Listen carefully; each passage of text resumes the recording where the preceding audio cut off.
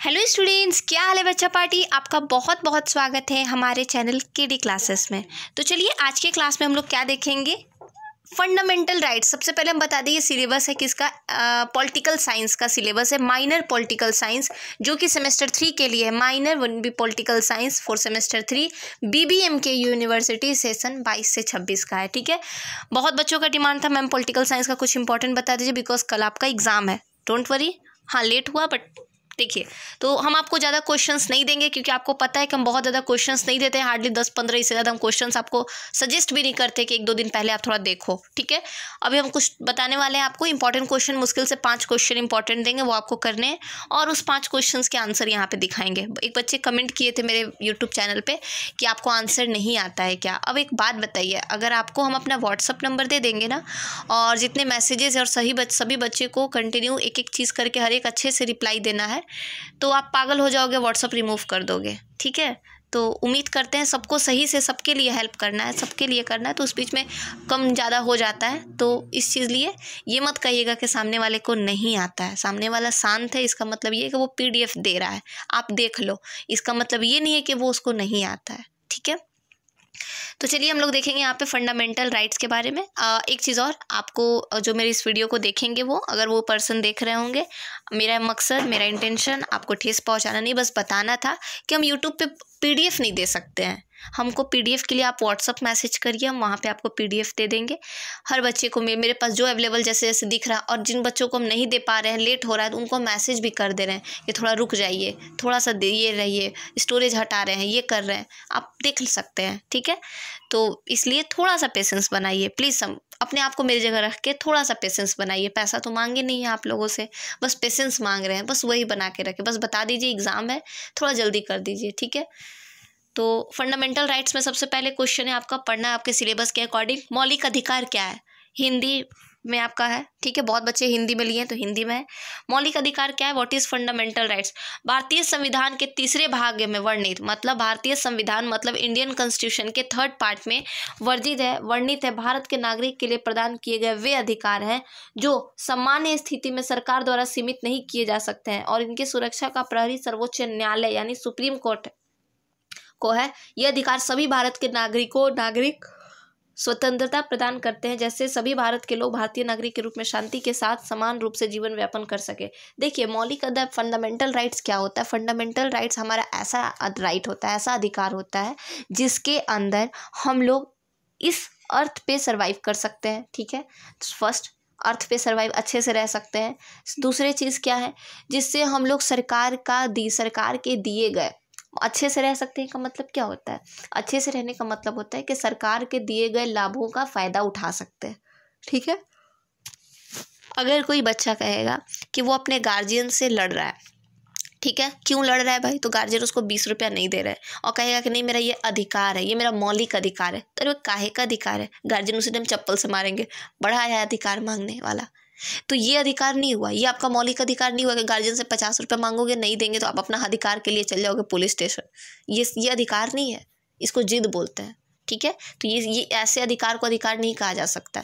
आपका मौलिक अधिकार है कि आप जब जन्म ले लिए हो तो आपका मौलिक अधिकार है कि आप अपने पेरेंट्स का प्रॉपर्टीज़ में सेट रहोगे।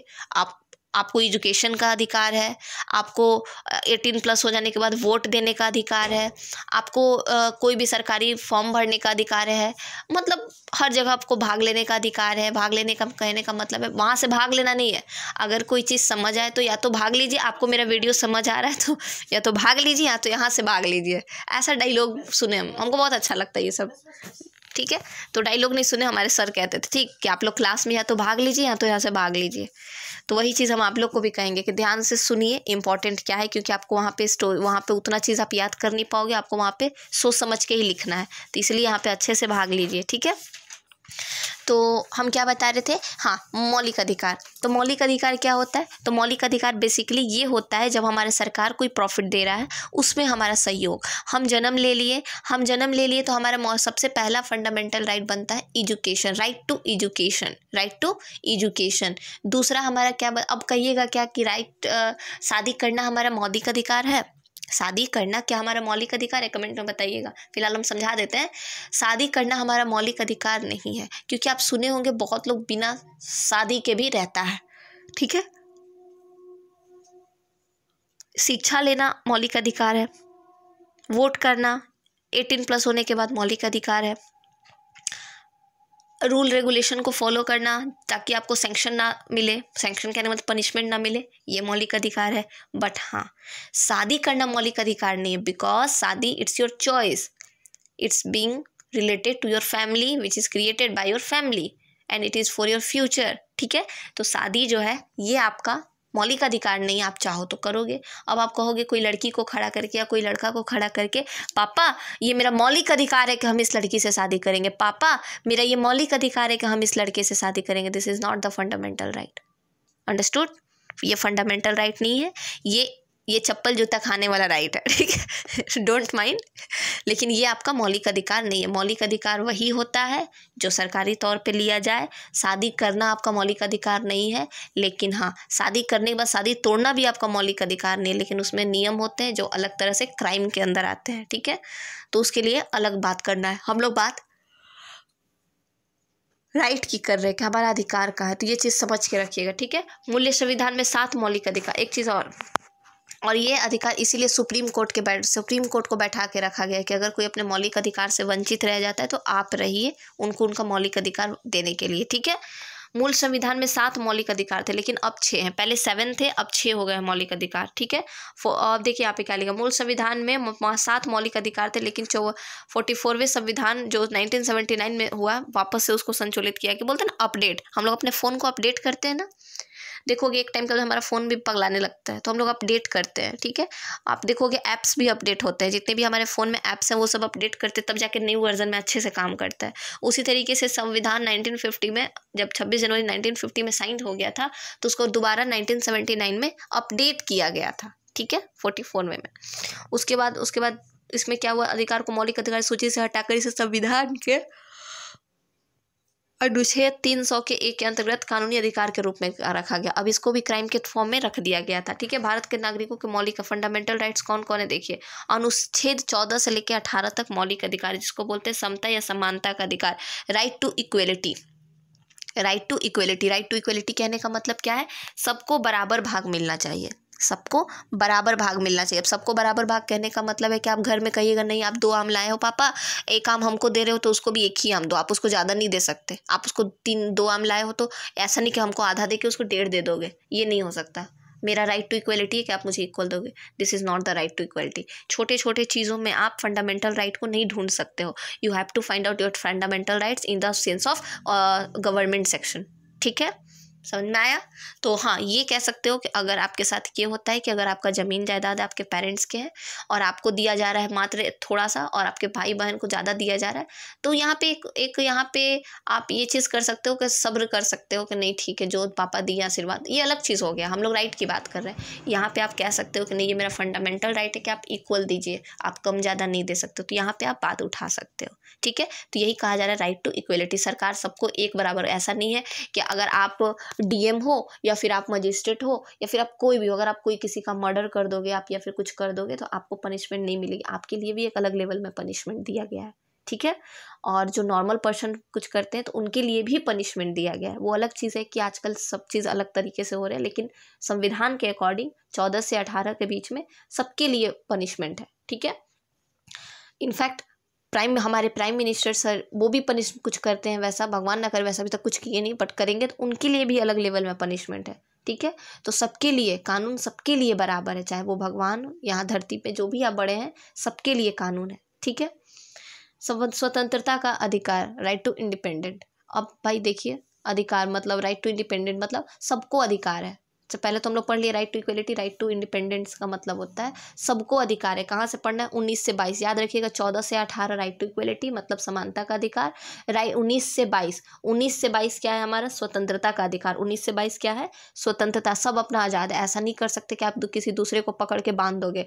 एक चीज़ और, पुलिस के पास भी ये अधिकार नहीं है कि बिना वारंट के किसी को भी अरेस्ट करके 24 घंटा के लिए ले जाके रख दे, बिल्कुल अधिकार नहीं है। आप किसी के मौलिक अधिकार का हनन नहीं कर सकते हो।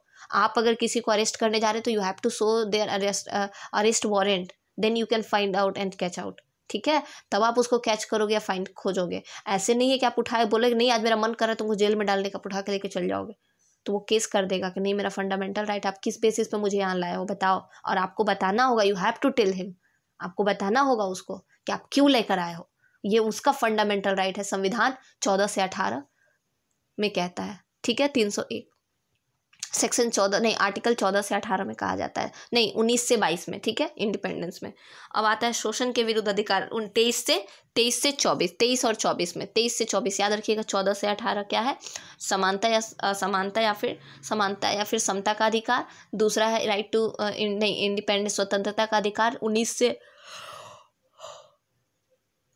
22। और तीसरा आता है हमारा शोषण। शोषण कहने का मतलब होता है किसी के साथ अन्याय करना। आप किसी को, वही अभी हम जो बताए ना पुलिस वाला, वो चाहे आप किसी को मार रहे हो या फिर किसी को बंद कर दिया, फिर कब्जा कर लिए, किडनैप कर लिए, आप उसके मौलिक अधिकार का हनन कर लिए।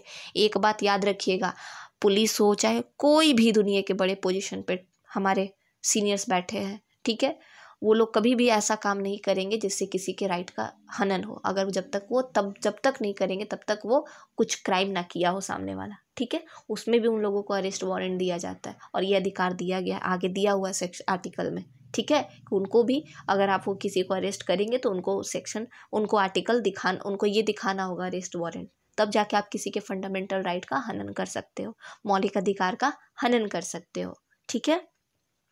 चौथा है पढ़ लिए हम लोग 14 से 18, 19 से 22 इधर, और शोषण विरुद्ध अधिकार 23 से 24 है। धार्मिक स्वतंत्रता का अधिकार 25 से 28। देखिए सबको अपना अपना पूजा पाठ करने का अधिकार है भारत में। ऐसा नहीं है कि मुसलमान को आप रोक दोगे या हिंदू को आप रोक दोगे मंदिर जाने से, कोई किसी को नहीं रोकता है, सब अपने अपने भगवान को पूज रहे हैं। तो स्वतंत्र वहाँ पे धार्मिक अधिकार भी सबको है, धार्मिक स्वतंत्रता का अधिकार भी सबको है, 25 से लेके 28 तक याद रखिएगा। 14 से 18 राइट टू इक्वलिटी, और फिर से इंडिपेंडेंस और राइट टू इंडिपेंडेंस किस में है 19 से 22, और फिर से 23 से 24 किस में है, 23 से 24 क्या है, शोषण के विरुद्ध अधिकार। और चौथा क्या है हमारा, धार्मिक स्वतंत्रता का अधिकार कहाँ से कहाँ तक है, 24-25, ठीक है, 25 से 28। संस्कृत और शिक्षा संबंधी अधिकार कहाँ से है, संस्कृत और संस्कृति मतलब अच्छा एजुकेशन देना, अच्छा ज्ञान देना, संस्कृति अच्छा बोलते हैं संस्कार देना, और अच्छा शिक्षा देना, ये आपका मौलिक अधिकार है, अच्छा शिक्षा आपको लेना अधिकार है, बताए थे ना स्टार्टिंग में। उसके बाद संवैधानिक अधिकार जो सबके लिए बराबर होता है, ठीक है, अनुच्छेद 32। तो ये कुछ क्वेश्चन है अनुच्छेद 14 का, 15 का, सबका आप इस क्वेश्चन को देख लोगे, ठीक है। ये आपका राइट टू फंडामेंटल राइट से जो क्वेश्चन आएंगे वो इसमें आराम से इस PDF के थ्रू हो जाएंगे, ठीक है। हम देखिए हम आपको कुछ दिखाना चाहते हैं, आप बहुत बच्चे कहेंगे ना कि मैम आप PDF ग्रुप में नहीं डाल रहे हो, दिखाते हैं हम आपको। चलिए देखिए यहाँ पे PDF डाला हुआ है, ठीक है, आराम से सारा चीज़ का पॉलिटिकल साइंस का PDF डाला हुआ है, देख पा रहे होंगे आप लोग, पॉलिटिकल साइंस का PDF डाला हुआ है, आप आराम से ले सकते हो, ठीक है। तो ये भी कुछ मानव अधिकार का उदाहरण क्या है वो भी आप थोड़ा सा देख लीजिए, इसमें क्या अधिकार की कैसी व्यवस्था है, ये किसने कहा था, ये सब चीज़ें आपको लाइन वहाँ पे लिखनी होगी। मानव अधिकार की अवधारणा और विकास के बारे में कुछ हिंदी में दिया हो बहुत अच्छे से, आप इस PDF को ग्रुप में डाल दी, वैसे आप पर्सनली भी हम आपको दे देंगे, ठीक है। आप ये PDF लीजिए, बहुत अच्छे से अपना तैयारी कीजिए, प्रिपरेशन कीजिए, मेरा फुल सपोर्ट है। कहीं भी मेरा हेल्प आपको चाहिए तो आप बताइएगा, ठीक है। हाँ हिस्ट्री में अभी थोड़ा सा पता नहीं, हिस्ट्री का PDF हम कहाँ मिला दिए, मिल नहीं रहा है, वो भी हम आपको दे देंगे, ठीक है। तो चलिए फिर रहने देते हैं, आज की क्लास में इतना ही, मिलते हैं आपसे अपने नेक्स्ट इंपॉर्टेंट वीडियो में। चैनल को सब्सक्राइब नहीं भी किए हो तो कोई बात नहीं, फ्रेंड्स को शेयर कर दीजिएगा, और कर लिए तो बहुत अच्छी बात है क्योंकि यहाँ पे पता चल रहा है। तो बस चैनल को लाइक सब्सक्राइब कर दीजिए, अपने फ्रेंड्स के साथ शेयर कर दीजिए, ठीक है, शेयर ज़रूर करिएगा ताकि सबका हेल्प हो, ठीक है। मिलते हैं आपसे अपने नेक्स्ट वीडियो में। जय हिंद।